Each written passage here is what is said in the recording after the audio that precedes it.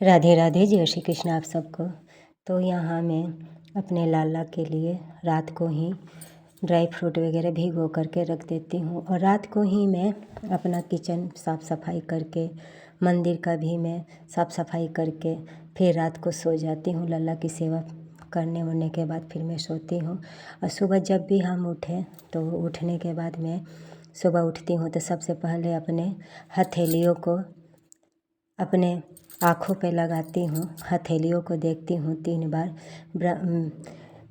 देखने के बाद फिर धरती माँ को प्रणाम करके शीश झुका करके प्रणाम करके फिर मैं अपनी दिनचर्या शुरू करती हूँ। तो फिर मैं किचन में जा कर के खुद के लिए भी पानी गर्म करती हूँ पीने के लिए और बच्चों के लिए भी और अपने पति के लिए भी। तो इकट्ठा करके रख देती हूँ पानी गर्म करके, ताकि सब गर्म पानी पी लें। और अपने लाला के लिए भी अभी सर्दी आ गया है तो सर्दी के समय उनके लिए भी जो भी पानी वगैरह रखती हूँ तो साफ़ सफाई गर्म करके ही रखती हूँ। और साफ़ सफाई सबसे पहले पूजा करने से पहले हमें साफ़ सफाई करके अपने मन को और विचारों को साफ अंदर से भी बोलते हैं ना कि बाहर भी साफ़ सफाई और अंदर की भी साफ़ सफाई बहुत ज़्यादा मायने रखता है। बाहर की हम साफ़ सफाई कर ले और अंदर की गंदगी लगी रही तो वो पूजा कोई मायने नहीं रखता।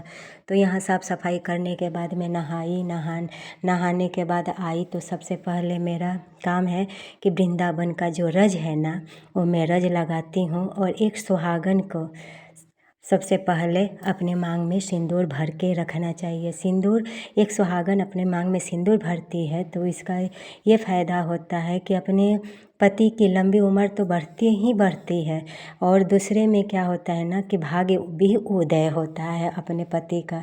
तो हर सुहागिन स्त्री को अपने मांग में सिंदूर ज़रूर भरना चाहिए। और भगवान ने सुहाग दिया है तो सुहाग की कदर भी करनी चाहिए।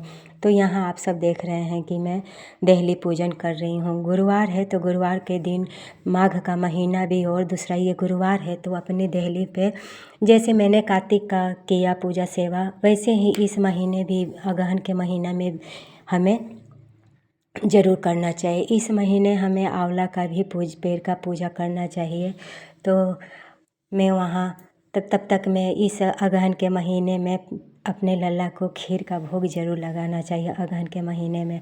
और हमारे यहाँ दोनों प्यारे लल्ला कितने सुंदर दिख रहे हैं सोए हुए, उनको अब जगा रही हूँ क्योंकि हमारे यहाँ भाई सर्दी हो गई है। दस्तक दे दी है सर्दी ने, क्योंकि यहाँ की गर्मी भी अलग होती है और सर्दी भी अलग होती है। बाकी सब जगह से ज़्यादा यहाँ सर्दी बढ़ गया है।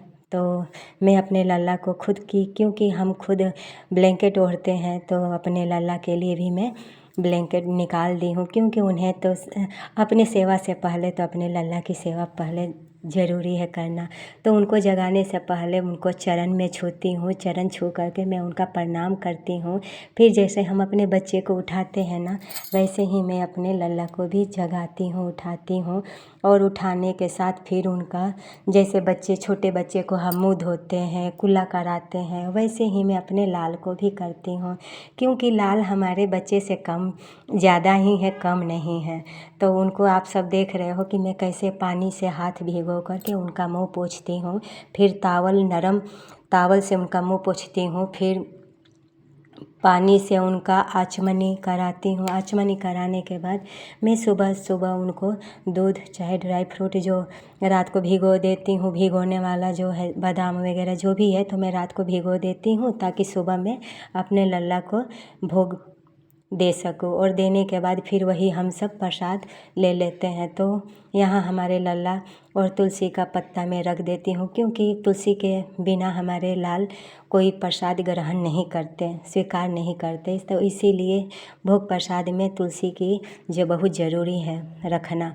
तो यहाँ लल्ला को जगाने के बाद भोग लगाने के बाद फिर मैं यहाँ अपना चली गई हूँ डेली की पूजा करने। जैसे आंवला का पेड़ है तो आंवला का पेड़ इस महीने पूजा करना चाहिए, क्योंकि अगहन का महीना साक्षात हमारे कृष्ण है।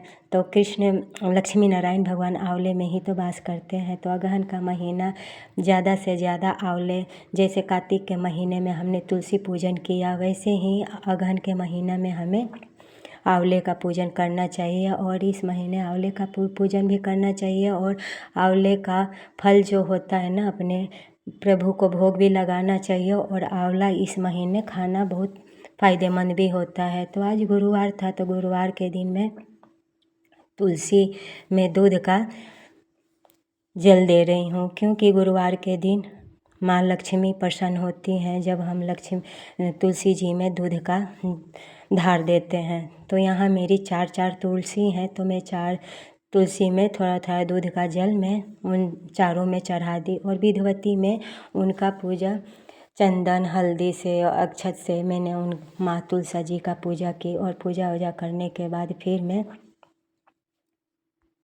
पूजा करने के बाद मैं 1 लोटा जल रखती हूँ सूर्य नारायण भगवान को भी जल देने के लिए। तो फिर मैं तुलसी पूजा, आंवला पूजन, दहली पूजन करने के बाद फिर मैं सूर्य नारायण भगवान को जल दे देती हूँ।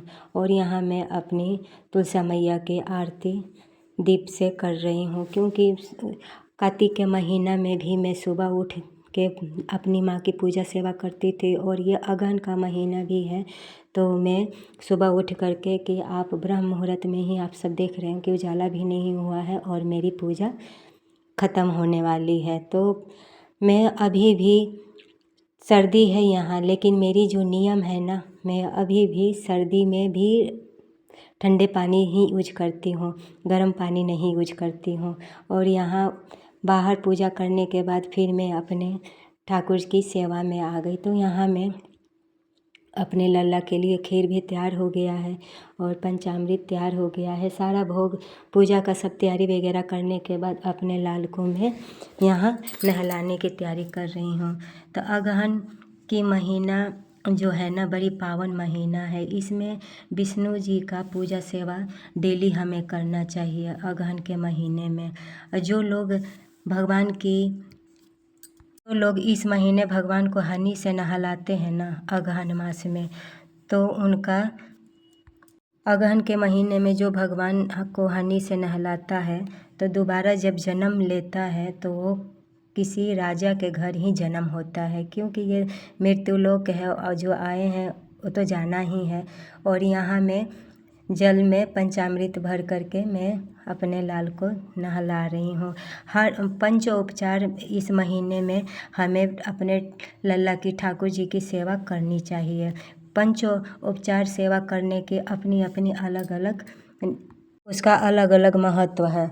दूध से जो स्नान कराते हैं लोग, तो वो चंद्रायन व्रत करने का जो फल मिलता है वो उन्हें प्राप्त होता है। 100 चंद्रायन व्रत करने का दूध के नहलाने से अगहन के महीने में 100 चंद्रायन व्रत करने का फल हमें प्राप्त होता है। तो अगहन का महीना बड़ी पावन महीना है। तो यहाँ हर चीज़ का अलग अलग मैं आप सबको मायने समझा रही हूँ। तुलसी की लकड़ी से इस महीने उनकी तिलक होती है, तो मैं एक ही बार तिलक बना करके रख दी हूँ। हरी चंदन लकड़ी पीस करके और मिक्सर में पीस करके मैं ये डब्बी में तैयार करके रख देती हूँ। और यही मैं चंदन में थोड़ा सा मिला करके और डेली अपने लल्ला को ऐसे ही सेवा करती हूँ। तो आज उनको मैं स्नान करा रही हूँ, हरी चंदन और जल में मिक्स करके नहला रही हूँ। पंचामृत से स्नान कराने के बाद मैं इस तरह से अपने लाल को स्नान कराई, फिर हल्दी से भी कराई, क्योंकि आज गुरुवार था। तो गुरुवार का दिन हल्दी तो बहुत प्रिय है, तो उनको हल्दी से मैं आज स्नान कराई, अच्छे से स्नान कराई। मैं उनको अच्छे से स्नान हर चीज़ से करवाई। जो तुलसी के लकड़ी के चंदन उनको तिलक माथे पर लगाता है ना, तो उनके 100 जन्मों के पाप से मुक्ति मिल जाता है। इतनी बड़ी है तुलसी की महिमा। तो सर्दी का मौसम है, तो सर्दी के मौसम में मैं अपने लाल को सर्दी वाला ही सेवा अभी मैं शुरू कर दी हूँ। तो घी और लौंग डाल करके मैं रख दी हूँ एक ही बार बना करके, और डेली सुबह और शाम में इन्हीं घी और लौंग के से अपने लाल की सेवा मालिश दोनों समय में करती हूँ।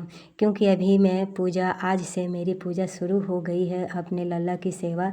तो जब मैं अपने हाथों से लल्ला की सेवा करती हूँ ना, तो अलग ही मेरे लल्ला चमकने लगते हैं। फिर यहाँ उनको तावल से भी साफ़ कर दे रही हूँ कि जो एक्स्ट्रा घी है ना वो तावल में पोंछ जाए, ताकि जो ड्रेस पहनेंगे ना तो वो ड्रेस में नहीं लगेगा। और वही तिलक कर रही हूँ अपने लाल को, और लड्डू जो हाथ में है ना उनको तो वो भी पीला कर देती हूँ लगा करके चंदन। तो तुलसी की डंठल से ही मैं तिलक भी करती हूँ। तो तुलसी की इतनी महिमा है कि जो भी तुलसी पत्र प्रभु के ऊपर चढ़ाता है, तो जो भी तुलसी पत्र भगवान के ऊपर चढ़ाता है अगहन के महीने में, चाहे कभी भी, तो मोक्ष का अधिकारी हो जाता है। भगवान बहुत प्रसन्न होते हैं जो लोग प्रभु के ऊपर एक तुलसी का पत्र चढ़ा देते हैं। रामा तुलसी हो चाहे श्यामा तुलसी, तुलसी तो कोई भी तुलसी हो, और श्यामा तुलसी से हमारे प्रभु तो और प्रसन्न हो जाते हैं।